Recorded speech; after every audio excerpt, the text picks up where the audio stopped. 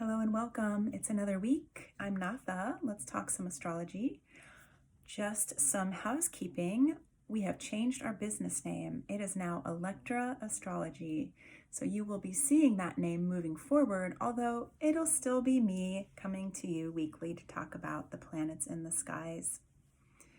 All right, so we've just come off of a pretty chaotic week with a new moon, Mercury and Saturn conjunct, Venus, Pluto, Mars conjunct, and we just had Venus and Mars coming into their final exact conjunction, even though they've been riding together for about a month. And if you haven't gotten a chance to listen to the podcast episode on my podcast, Star Narratives, then you should give it a listen because my friend and fellow astrologer Lisa Salvatore and I dive into Venus and Mars and what they really mean for all of us. And it was a great episode. We've gotten some great feedback.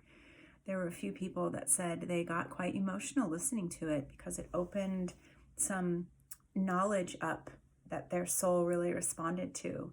So you can find that on any pod platform that you like. We will be releasing some more podcast episodes. We're going to do a series. And one of the things that we're going to talk about is Jupiter and Neptune in the sign of Pisces. Now, we had this past week the Sun coming into conjunction with Jupiter. This coming week on the 12th, we're going to have the Sun coming into a conjunction with Neptune. So this is all very Piscean. We're still working with all of the magic and visionary, synchronistic, divine energy that Pisces brings.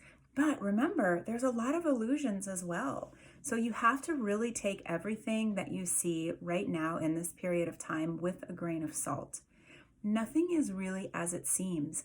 And in a way, that's really wonderful because it means that you can transcend boundaries. You can bend time. You can manifest and create things that you never thought possible. But it also means that you just have to be discerning about what you believe because there's a lot of smoke and mirrors happening right now, and that is always true with Pisces. All right, and we have Mercury entering Pisces this week as well on the 9th. So Mercury loves to be in Aquarius because that is an intellectual air sign, and Mercury loves to gather information. The problem is that with Aquarius, Mercury leaves and thinks that it knows it all, and then it goes into Pisces and realizes that it really doesn't know the answers. And that's part of what we're all working with all of this strong Piscean energy. Lisa Salvatore and I will be covering this Piscean energy in detail on the next pod episode. So make sure to check that out because that's the nature of Pisces, is it is our connection to the universal truth, to the divine, to true nature. And frankly, as I always say in readings, Pisces are the things that we know exist, but we can't prove.